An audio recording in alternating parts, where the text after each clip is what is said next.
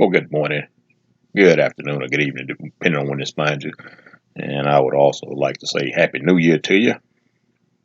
And just want to make a few statements to get you thinking about some things as we start and journey into this new year, because it's definitely time us as a community need to make some changes. And one of the things that we have a tendency to focus on a lot is, as Black people, is politics from a Democratic versus Republican perspective. And what we need to understand is the people in charge in both parties are normally non-black. And for some reason, we keep thinking the Democratic Party is our friend. And when you start understanding who controls the Democratic Party, who your largest Democratic supporters are, who it's just a lot of things that go with that. And you wonder why the people that control the party want to keep blacks in the party. And you can go back and listen to some other videos and understand some of those things. And see, one of the things, whether you agree with Betsy DeVos or not, when she was education secretary under Donald Trump, she did make some valid points about private schooling. And as a culture, we have a large tendency to send our children to public schools because of economics. I'm not going to deny that. And one thing we need to understand, if the school or schools your children attending are failing, your children are failing. And it's been proven that states that actually allow school choice have actually shown that those public schools get better when the school know they're going to lose money. Every time a school loses money, a child leaves and goes to another school, that money follows that child. And so it gives the school incentive to do better. We need to unite as blacks and whites and everybody else. And that's the biggest division. It's not blacks versus anybody else. It's always blacks and whites. And when you understand who's behind the scenes fanning those flames, go back and listen to that video that I did on what was it, jawbreakers and jaw shakers, and get a little bit better understanding on that. And we have to stop settling for anything less than where we want to go. Conformity is a real bad disease, especially in our community. And largely it comes in the area of economics or education. We have this mindset as a people that if we make more than another black person, then that black person is not in the same class as us. If we live in a better neighborhood, according to us, than another black person, we feel like that person is not as good as us. If we have more education than another black, we feel like they're not as smart as us. Well, your education, your degree is in only one discipline in most cases. So you might be the dummy. And your economic situation doesn't improve. I heard the top financial planner in this country asked a question some years back.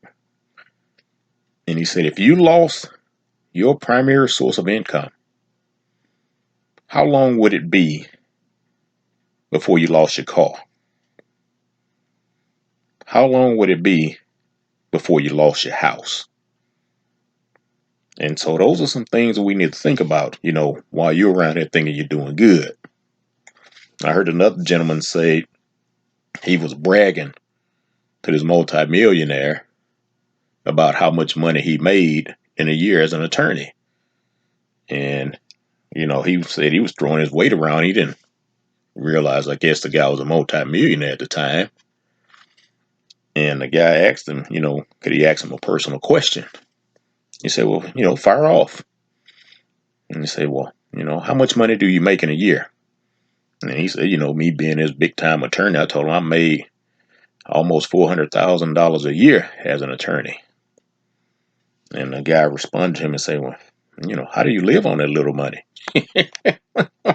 So income is all relative. Education is relative.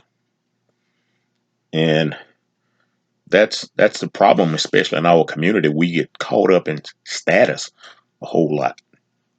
And we like to throw our status around. I remember it used to happen quite a bit. There's a suburb right up the street from where I live. And, almost every time my wife and I would go down, because it's convenient as far as shopping is concerned. And, it's unfortunate, but they don't put the best types of establishments in black communities. And unlike the Hispanic community, we don't pool our resources and build anything that can take care of the community. But almost every time we would meet a black person or a black couple down there, they always want to know, how long have y'all been living in the area? And, each time we were responsive, we don't live in the area, we live right up the freeway. The conversation would immediately end. They didn't want to talk to us again because they felt like we weren't in the same economic class as them. And none of us know what economic class the other person is in, regardless of what community they live in. Because a lot of people are living in these communities with these more expensive homes, and they're living paycheck to paycheck. Just like a lot of the people in what we would call the less economic neighborhoods. You live in paycheck to paycheck. So back to the question I said the financial planner asked. How long would it be before you lost your car if you lost your primary source of income? How long would it be before you lost your house if you lost your source of primary income? So it's all relative. And so we need to stop this trying to play this one-upsmanship amongst each other. We're all struggling. If you as a black person get pulled over in a suburb, you're going to probably get treated the same way as a black person that gets pulled over in the hood. And so you're going to have to come off of that. You want to separate yourself from black people, but then when you get in a situation, you want black people to unite and side with you. And so we need to we keep asking, what are Republicans going to do for blacks? And we've been asking that for years and years and years. But on the other hand, we have never asked, what are Democrats going to do for blacks? And then when the question does get posed, what are the Democrats going to do? They always lie to us. And we keep going for the lie. We're just like that battered wife. I saw something on television late last night. And it was a movie late last night. And, just trying to stay up for the new year. And, started watching the movie right before the clock struck. And I said, well, I got to finish it now. Never seen it before. And FBI agent and police officer heard a woman screaming. And so they went an apartment building. They went, knocked on the door and went in. And guy's holding a knife at the woman's throat.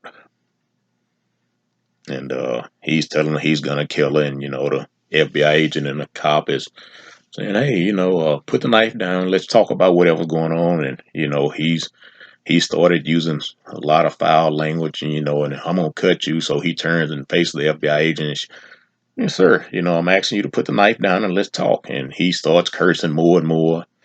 And he approached her, and she pulled out that stick and hit his arm with that knife. And he tried to fight her back, and she commits to beating the hell out of him with that stick. And then the wife goes over to her and starts, picking the husband up and tells the FBI agent, you didn't have to hit him. You didn't have to hurt him. This dude was literally holding a knife to this woman's throat when they walked in. telling her he was going to kill her. That's how black people over the Democratic Party. Battered wife syndrome or Stockholm syndrome. And we never get anything for our loyalty. Never. But we keep going back and let them keep abusing us. And that's why they keep abusing us. We need to encourage our youth to become high achievers. We can't do that if all of our focus as a culture is on politics, entertainment, and sports. I read something from Charles Barkley maybe a week or two ago, and he was talking about going in to speak at schools, and he said there's a large difference when he speaks in white schools and black schools, predominantly on each side. He said every time he speaks in predominantly black schools, he talks to the children about career ambitions. And he said 90% it has never failed, have always said they want to be a professional athlete or some type of singer or something. He said when he speaks in predominantly white schools, 10% say they want to play sports. He said the rest of them are talking about they want to become doctors, they want to become lawyers, they want to become accountants, they want to become engineers. But we keep promoting sports, especially if you're boys. And sports is probably the shortest career path you ever take. Yeah, you get a lot of money up front. And as that top financial planner said, the first partner you have when you get those sports contracts is the IRS. And he said, these guys need to plan better. And so those are high, as my mentor says, high temporary income. And so what are they going to do after that period is over with? So we're going to have to encourage them to do better and focus on things that are going to be long and sustaining. One thing I didn't hear Barkley say, and what you don't hear most people in society say, is we need to encourage our youth to be thinking about entrepreneurship and business ownership. That's where I would like to see more of our focus go, because we're still playing catch up when it comes to society, especially on these jobs. And we can't have healthy political discussions in our culture because the first question blacks want to ask when it comes to politics is, what party do you belong to? And if you don't belong to the Democratic Party, or if you don't vote Democratic, a lot of times blacks don't want to have a conversation with you because you're not thinking that monolithic thought. And that's unfortunate. And see, we need to deal with our heart issue in our culture so we can stop the destruction in our communities, because we're dealing with a lot of dysfunction in our communities. And so we're going to have to start fixing that. But once again, we think a politician can solve that issue for us. And we need to think about the consequences of decisions we make before we make them. We need to think about the actions that our emotional decisions are going to produce, because those things are going to continue to hurt us if we keep making emotional decisions. See, the hood has a thug consciousness, and the thug consciousness can only be fixed by getting in tune with our Messiah. And that's at every level, father, mother, child, grandchild. And so, in order to do that, we need men. We don't need males. We need men. Man is the head.